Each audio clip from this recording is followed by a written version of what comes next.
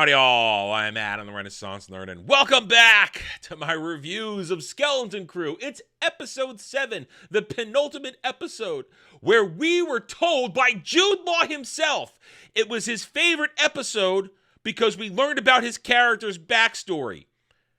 No. You have to understand, I was all ready. I had a whole plan for ranting on this episode, based around the idea of they're going to make him another Order 66 survivor. But guess what? There is no backstory because they didn't tell us anything. They told us nothing. Jude Law is an idiot and a liar. He said this was his story where you're going to learn, this is the episode you would learn everything about his character. You learned nothing that we didn't already know. He's greedy and he's not nice. That's it. There was no story to be told because they didn't bother. Now, we got one episode left, so maybe we will learn his backstory, and then I'll get to do my Order 66 Survivor rant. But for now, we have to go down this lane. We begin the episode where the parents who have done so much in this series have gathered together in the dark of night in the forest to put together what turns out to be a communication buoy that they're going to rocket up through the Great Barrier. We'll talk about that in a little bit. And they get busted by security droids who, I took a good look at the security droids. Droids that have they're literally droids with security cameras for heads. The creative designs, those at Disney Lucasfilm coming up with this garbage, are worthless! You're worthless! The droid design is just stupid. Security camera heads, they just walk around. That's all they do. So the parents get busted, they all get stunned, but Girl Boss Fern's mom manages to trigger the buoy and it goes up through the barrier, and it's going to get there just in time. But I'll get to that in a second, because coincidence is the hallmark of bad writing, just like I told you last week, and it comes back again this week. The hallmark of bad writing when you don't have an idea of how to accomplish anything creative. So we're back with the kids. They're on the new fancy ship that came out of the other ship when the Hulk came up, and they're flying home from wherever they were across the galaxy in 5 minutes! Because Disney Star Wars doesn't understand how hyperspace travel works. And they're all, yay, we're playing games, we're running around, yay! But floppy-haired Win, he's sad. He's sad. Fern's like, aren't you proud? I told you I'd get us home. Yo, gee, what happened to all the glorious character development of Fern, where she learned that she maybe isn't as great as she thought she was because it's a big, scary world out there, and she was just a kid and she didn't know what she was doing, but here she comes. I knew I'd get us home. Learned nothing. Nothing. They have developed her into just a girl boss who just is happy that she gets it right all the time. Even though now she's nice because, they're all friends now. Yay! So she's, of course, happy. I got us home. But Finn's like, we're going to go home. Everything's going to be the same. I'm going to have to take my test. No development. None.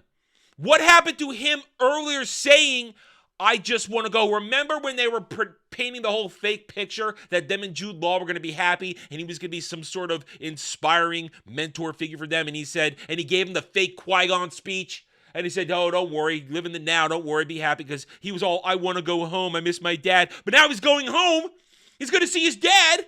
I'm going to have to take my test. It's as though the writers of this show don't actually talk to each other, but they do jerk each other off and tell each other how great a job they've done. When in fact, they have done nothing. There's no connective tissue. There's no coherent story here. It's retarded. Fine. So they're all going to get home happy. Now we cut back to the pirate frigate where Jude Law has convinced them to go to the barrier, to go to the planet, to go to the coordinates. They find, and there's the barrier surrounding the planet. Big, giant maelstrom of green smoke and lightning bolts. And we go through a whole thing where where Wolfman Jack Pirate wants to kill Jude Law. And Jude Law's like, no, it's in there. Trust me. We'll fly a ship in. I'll fly a ship in. But no, they send another guy in. He gets destroyed. They're going to blow him up. And the thing is this. What? And here's another funny part too. I gotta say this. So while Jude Law is busy trying to defend himself, he calls on 33 to help him. Why is 33 running around without a restraining bolt? Because he was an antagonist to the pirates, but he's up and walking around, but his captain is Jude Law, and he's not trying to protect him. Once more, the writing in this makes no sense because they completely forget the stakes in the situations they've set up in previous situations. So using Nick Frost's 33 droid to get information that they need a special sensor, they need something to get through the fog, and while Jude Law's busy trying to convince them all not to kill him, here comes the kids on the ship. But before the kids can get in there, they tractor beam them on, and they're gonna go on board. And here's something really dumb. Shows you that once again, no character development and bad writing. Wolfman Jack Pirate Man goes up on the ramp demanding whoever's in there to let him go because you got KB with two moms talking through a voice modulator. Let us go now. And if you don't, we're gonna hurt you. Let us go. So Wolfman Jack in his pirateness walks up the ramp, and she grabs him with the docking claw that we saw from earlier in the series, and she has him trapped. But because Jude Law knows it's just the kids in there, that they're not a threat, he walks up, picks up the blaster, and Wolfman Jack, who was a pirate, is now dead because Jude Law ganks him with a point-blank shot to the head. Remember, everybody, it's a kid show! You see him gank a dude point-blank in the face. Okay? Point-blank in the face. It's not a kid's show. It's a show for childish adults. You don't do that kind of stuff in a kid's show. Yes, you can have action, adventure, danger, and people dying, but it's one thing to watch a blaster fight and have people go down. It's another thing to show a dude cold-blooded murder a man, or Wolfman Jack in this case, with a gunshot to the head. Yeah, kid's show, everybody. Anyway, so now that Wolfman Jack is dead, Jude Law takes over as captain again. He's going to put on a silly little helmet that he was wearing in the premiere episode, and they're going to take the kids hostage. And he's going to walk around, and he's trying to get 33 to explain how they'll use the ship to get down there. And while they're doing that, the sensor buoy comes through. A coincidence. As everybody is gathered there, the sensor buoy just happens to make it through the fog. They bring it on, or they tap into it. And they see the message from the parents. We love you, kids. It's okay. Just come home. You're not in trouble. We love you. Don't tell anybody we exist. And then you get a bad line from Jude Law goes, oh, too late for that. The writing is so lame in this. And then the kids are, what are we going to do? We have to get home. And floppy-haired Win. Remember, this is character development. Floppy-haired Win. Instead of listening after all this time where he has acknowledged that Girl Boss Fern is amazing and can do no wrong, he just says, charge and attack! And he rushes forward, and they all stop them. And they all try to get through. And what happens is Girl Boss Fern looks at Jude Law when he says, what are you going to do? What are you going to do? And here's the thing. She challenges him for captainship, or Win tries to. And Nick Frost droid says, well, wait a minute. According to the pirate code set down by Morgan and Bartholomew, you can only be captain of one ship at a time. This is ridiculous and stupid. Because according to the pirate code, a pirate captain can only be captain of one ship at a time, suddenly the ship that they're on, the kid's ship, doesn't have a captain anymore. So before floppy-haired Win can get it out, Jude Law says, I am the captain. Everybody follows my orders. But then they resurrect the lame-ass children joke from the beginning of the series, and Girl Boss Fern goes, I claim the rule of unclaimsies. I call it unclaimsies, and only kids can be on board. And Jude Law says that's not how it works. But then Nick Frost droid, who's been so adamant about the pirate code, says that's close enough and punches him out and takes out the remainder of the pirate crew that was on board the ship in that moment. And throws them all off. And then the kids take off and they head down to the planet. And Jude Law's going, no, no, no. And he's going to sneak back on board. So the ship escapes. They go through the cloud. Pirates send ships after them. We now get a good look inside the Great Barrier. It's a giant maelstrom storm being created by a bunch of sensor beacons that shoot lightning bolts. Okay? They shoot lightning bolts that can apparently tear through shields. So we will see them be activated and destroy the fighters, while the Onyx Cinder, which has the Republic emissary code that allows us to get through, and it's going to fly on down, and the kids are going to then find the planet. Now, I was asking a question here. I was thinking, okay, this is this giant fog of a barrier thing. How does sunlight get through? Because we've seen there's sunlight on Manhattan, and we get through the fog and get a shot of Manhattan, and apparently there's some sort of fake sun, but we don't quite see it. Okay? I find that fascinating, that it's just probably a giant light that shines down on it, because is this thing even in orbit of anything, or is it just floating out there? Is it spinning? Because it doesn't look like it's spinning. So they're just forgetting a lot of stuff that kind of makes planets work here. The planet works by just light shining down on it. Anyway. So the kids are there, but then suddenly you hear something, you turn around, Jude Law, as I said, it snuck on board.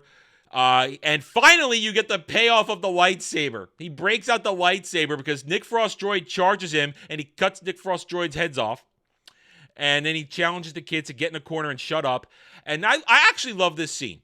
I love this scene because I know deep down inside it's making every single fake fan, stan, childish adult cry, because 3-4 episodes ago, they were all cheering their heads off that Jude Law and the kids, they're a family. They're so great together. Look at that. He's here to protect them. It's awesome. And now here he's threatening them with a lightsaber, telling them how terrible they all are and how annoying they all are, and he's going to kill their parents if they don't play along as they land on the planet. This is why you do not make content for fake fans who don't actually care about the world you're working with. They care about imagery. They care about retarded emotion. When I say, I'm not calling having emotions be retarded. I'm calling about fake emotions, schmaltzy, stoopy, silly shit where everybody's going to be all hugs and kisses and rainbow farts, jerking each other off, going, I love everybody. You're such a great family. I'll protect you. That's the shit I'm talking about. The fake shit that doesn't have any actually narrative purpose except to make a moron feel like they're watching something that touches their twisted little creep heart.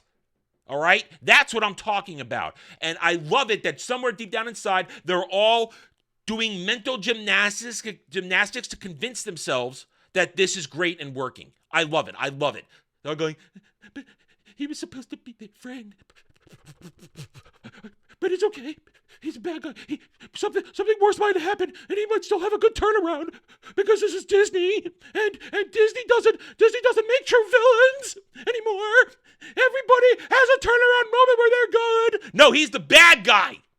He's the bad guy, and he's not a very good bad guy because we don't know why he's a bad guy because all he is greedy. That's it. He's just greedy. He just wants money. We know nothing. Because this episode, we are now 25 minutes in, there's only a few minutes left. He gives us nothing. We know nothing about his backstory. I thought he was busy lecturing him saying, you're annoying, you suck, you're sheltered, you're crap, you're this. I thought he was going to say, you don't understand. I was there when Darth Vader killed us all. But no, he didn't.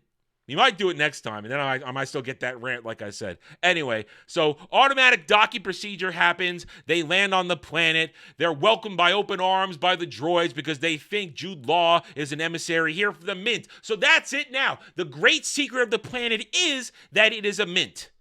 A mint making currency that should be worthless. And I'm still gonna drill down on that in a second because he says, take me down, show me the vault, let's get this going.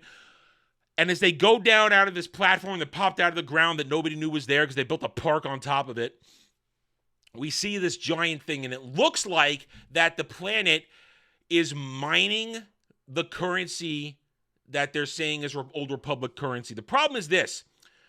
They haven't shared at all if the material they're making it from is worth anything. We don't know what it is. We don't know the mineral, the ore, whatever it's made from. We don't know what it is. We know nothing. It's just Old Republic currency. but it's not credits. Now, I went back and double-checked, because if you go back to the Phantom Menace, which is the live-action stuff we get for the Old Republic, for the Republic, Qui-Gon Jinn talks about Republic Dectarans, credits. That's not the currency we see here. This is some made-up hard currency that is possibly made of a material that may be worth something. We don't know, because guess what? Disney Star Wars doesn't tell anything. So either way, none of this makes sense. I still stand by, this is a mint making worthless money because we don't know the value of anything. But that's the great work of this planet. The great work of this planet, making fake money. So hey, socialism is still in effect. My great idea, socialism on the planet, still working, making things that are worthless. Okay, great. All right, so they go down there. The kids are going to get reunited with the parents while Jude Law's basically having a joygasm, touching all the money and seeing it all in there. And everybody has a huggy, touchy-feely moment, which, doesn't affect my black little nerd heart at all, because I hate everybody here. They have zero character development, nothing. And then Jude Law's going to walk out, shoot a look to Girl Boss Fern, saying, don't you talk about it. And then he's going to just ignite the lightsaber. Instead of trying to continue the ploy that he's a Republic emissary, he's just going to ignite the lightsaber and march towards them threateningly, and the episode is over. Your penultimate episode, my friends. Skeleton Crew is worthless, and if you haven't yet watched it, you can go watch the video I already also released showing us that it officially is the worst rated show of all Disney Star Wars. Its premiere, its double episode premiere, didn't even chart on Nielsen, backing up what Samba showed us way months ago. This show is worthless. It's boring. Nobody's watching it. And I guess we got one more episode of what are we going to do here? The kids are going to somehow trick Jude Law into losing. We might see the mysterious supervisor. And I don't know where this goes. The New Republic might show up. I don't know. We haven't understood what the point of this show was. What is the point? What has been the point of the show? Oh, it's kids on an adventure so you can see yourself with the kid flying around the Star Wars galaxy. No! It was one pointless thing after another where nobody learned any lessons because Girl Boss Fern, who's supposed to be the one that we're supposed to connect with, her and win, they learned nothing. Any minute, thin thread of character development they tried to push on us in each episode is undone by the next episode. Worthless show, worthless Disney Star Wars. We got one more week. I'll be back next week. I hope I'll give you a rousing, yelling rant. And those of you who are crying stands or are yelling at me, cry some more. Because you know what this is? I don't give a F face. You can't stop me.